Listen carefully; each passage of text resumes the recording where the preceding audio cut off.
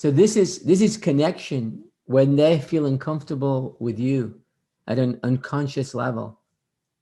So you know how some people you just have rapport with, like a real estate agent in your office, and obviously in the team you've got great rapport already. But let's say some realtors, they call you on a listing and you have rapport with them. You just feel comfortable with them, right? We have rapport with people, relatives, and we have really good rapport with. We have an uncle, and it's like, hey, uncle, whatever, right? That kind of thing. So it's rapport. It's a comfortable level. And if you notice, I'm going to tell you things that you won't find in books here. And the rapport is that rapport. A lot of people don't mention it in books. I haven't actually seen it in a book. I analyze, rapport, and I study it, and I think about these things all the time. And what I found is with rapport, a person is more comfortable with yourself. Like when you're with somebody and you've got rapport with them, have you noticed you can be more yourself? Everyone's got a friend, or more than a friend, more than one friend, where when you're with them, you can be silly, goofy, whatever, because you can be yourself. We've got relatives like that, a cousin like that. Does that make sense, everybody? So you get the idea with rapport. So what we want to do is say, well, how do people get rapport? How do we notice when people are in rapport? Well, you're driving down, you see a park, and you see a couple, and you'll notice that they're in rapport by their physical gestures. So it's physical as well as mental. And then, let's say one's leaning over. What do you think, if they're in rapport, what will the other one be doing? Leaning over too, right? So remember that, that picture? Let's say if you drew a picture and you're, you drew a diagram, you go, I'm going to draw a diagram, two people talking in rapport, or two lovers talking. And you'll notice that they're in a similar position like this, right? It's not like one's like that and the other one's like that. Does that make sense? Now, they might still be in rapport, you never know, but you're probably better off predicting rapport when people are similar. So it's a natural thing. It's natural for people to start moving or being in a similar physical position.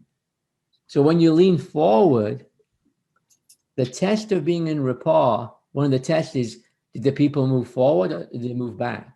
And write that down. That's not out there in literature that much.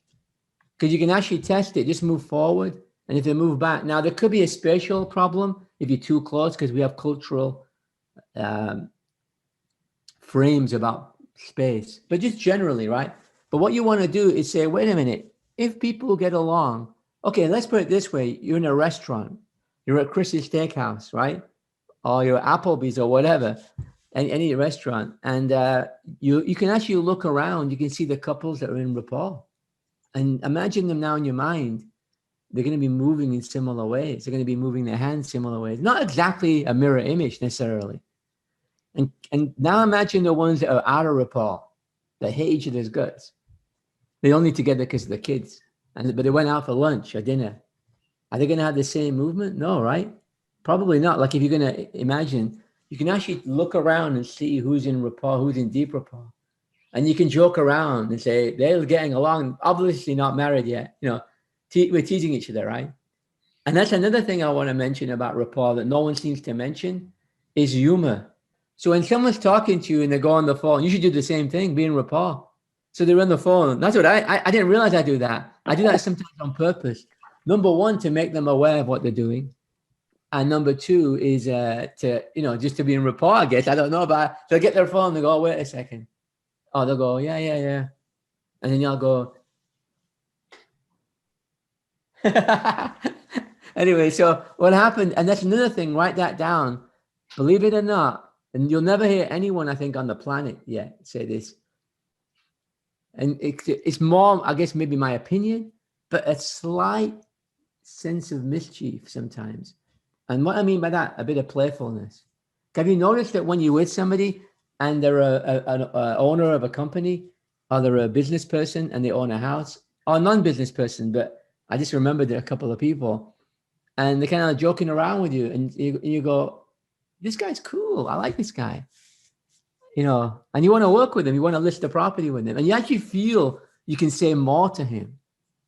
Get rid of that thing, John. What the heck is that in the front? We're not going to get the price with that. Whose is that? You can might even joke around with him. See, that's a comfort level. Do you see my rapport? because I've studied rapport, but a lot of the rapport material out there is good, but it's very academic looking. And I want to kind of get in a conversation, get you in the mood so you're feeling rapport. And then I'm going to show you the technology, how to do it.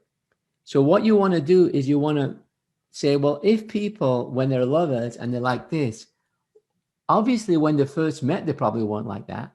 So the way I can accelerate rapport is by being like them at the beginning. I'm accelerating the time. So it's called instant rapport. So instead of me waiting for them, for me to feel comfortable, I'm already going in like that. So I'm watching them. So what you do is you're going to watch people now more. You're going to notice them. You notice how they're moving. Notice what they're doing with their body, their rhythm of their body, because you're going to start saying, I'm going to mirror and match that person.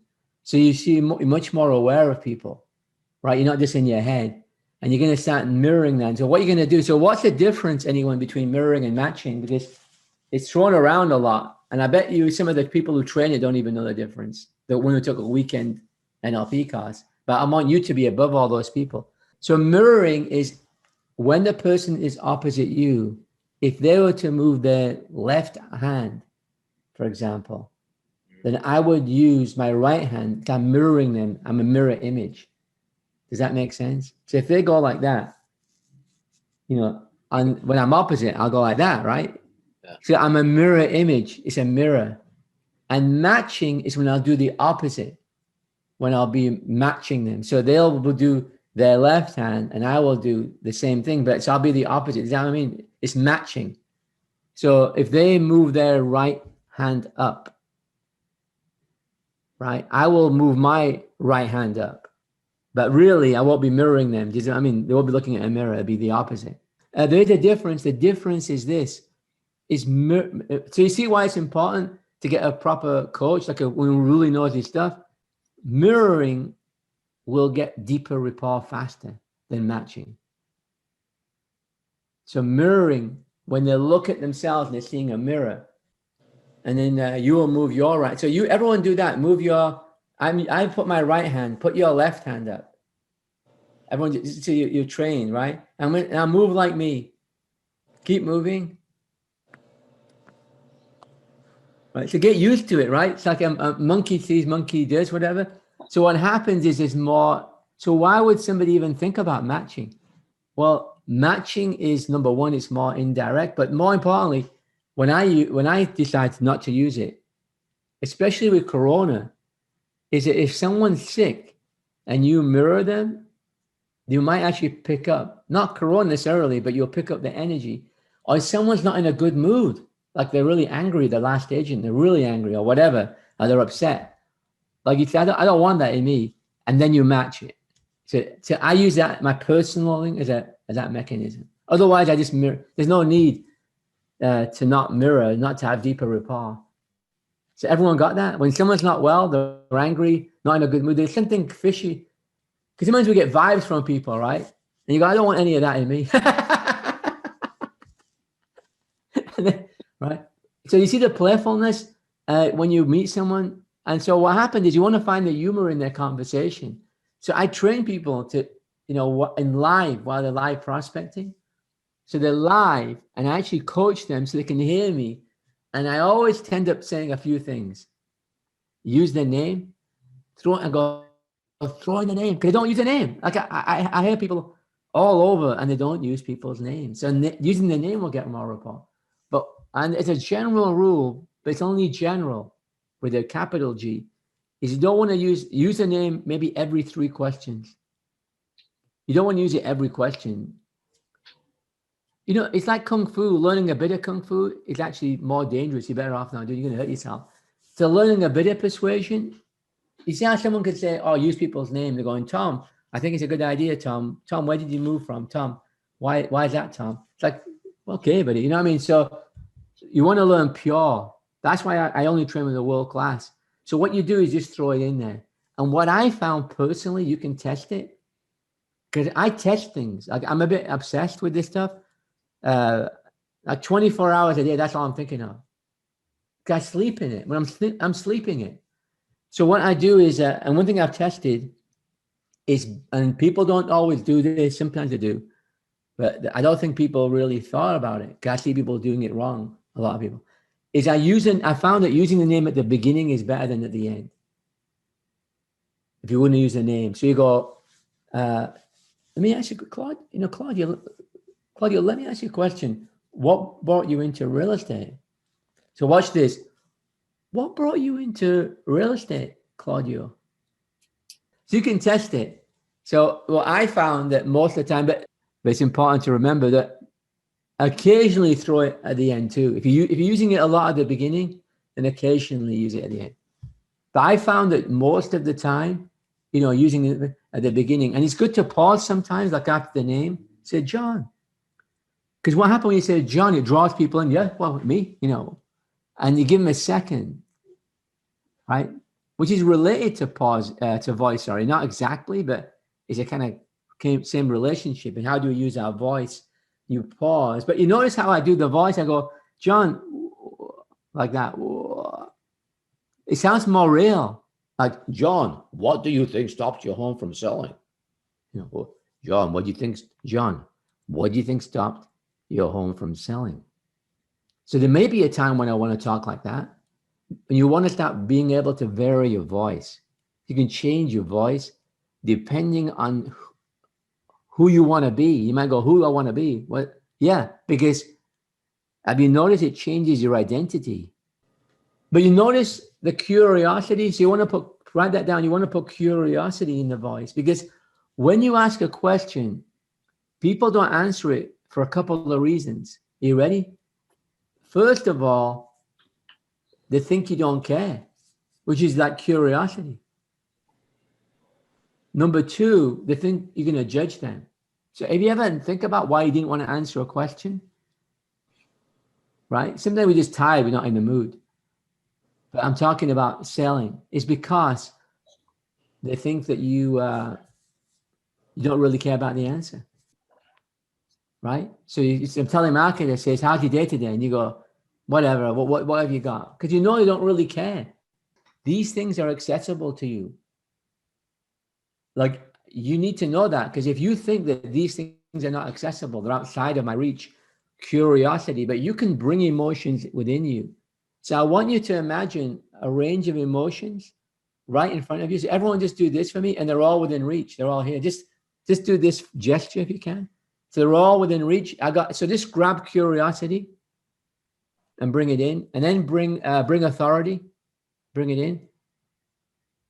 Bring wonder. Like, wonder is different from curiosity. It sounds the same, wonder. And then, because if you believe it, then you'll do it. Like, we believe it, it becomes reality. So you can actually build curiosity in your voice. You can build any emotion, because so write this down. Voice controls the conversation. Voice controls the conversation. So when you're talking to somebody on the phone, you want to be able to display warm tonality in certain areas, especially more caring, more human, because that is it. So, and the beautiful thing is, see, these techniques, do they cost any money? Did I spend any money? But I'm more effective in my selling. I increase my conversion, right? Because everything else outside of this, you have to spend money. So you go, I need to hit more people. I need to widen my Facebook ad. So I got to put another $50 in there. Or I need to send more flyers out. Or I need full color, not thing. So you will get better with full color flyers than black and white. I imagine. I'm not an expert there. But or a bigger flyer, right? Or glass. You have to keep spending money. I'm showing you a way of making money without spending anything. You have to have more energy? No, zero. It's almost like free money. When you got skills, you're just making more money. It actually takes less energy, and I'll tell you why. If I can close you faster and get rapport with you faster, then the presentation will be quicker from initiation of contact to contract signed. I'm actually making a profit, making me less time, more fun in a way, you're more engaged yourself. I mean, I just can't explain it. Now you know why I'm in love with skills. And we still do all the marketing, but that'll happen anyway, with or without this. So why not increase your skills? But have you noticed what we're doing today? Because rapport and voice. So I'm actually combining the two. I've never done that before. It's kind of interesting for me. But let's look at rapport. We want to start gesturing like the person does, but not ridiculously. But we want to do it. So if they go back, now write this down. We need a delay. You have to delay 10 seconds. Obviously, it's not a rule, but it's in your mind, so you won't do it right away. So if they go back, you don't want to go back, and they go like that, and you go like that. Right? They go, what's going on, right? So you want to have a delay, and you can do 10 seconds, and you can actually move it down to 5, because you might think, well, isn't that too fast? No. If you actually notice real people when they're in rapport, they actually do sometimes move the same way. In fact, I found myself sometimes in rapport, and when you notice these things, you actually picked up the beer glass at the same time. Even if it was like every 2-minute, drink, you pick up the beer glass and you go, how come I'm opening the beer glass? I'm telling you, you'll start noticing you're doing it anyway. All we're doing, we're accelerating it. So remember, delay, 10 seconds. There's something else that a lot of people may not be aware of. It's called crossover rapport, body language, crossover, right? So let's say they're going like this. Yeah, I'd like to get the price like that. Maybe you can put your hand on the table, right? And you can go in the same rhythm when you're speaking. Yeah, right. Well, we do know, John, that 90% of the marketing is price, right? So you can use a different body part. You can use your fingers, finger in the same rhythm. It's actually fun. Start doing it with the next person, because what you got to do, whether you're a basketball player, UFC fighter, or a mathematician, or a chemical scientist, is the Nobel Prize guys and the girls. They're always pushing the edge of what's possible, like they're breaking the edge. They're going to the edge and beyond, like they're making mistakes. Does that make sense? So if you want to get good at this, and I think you do, you won't be here otherwise, is that you want to do it. That doesn't mean you overdo it with everybody, but what it means is that you'll start mirroring and matching even when you're scared.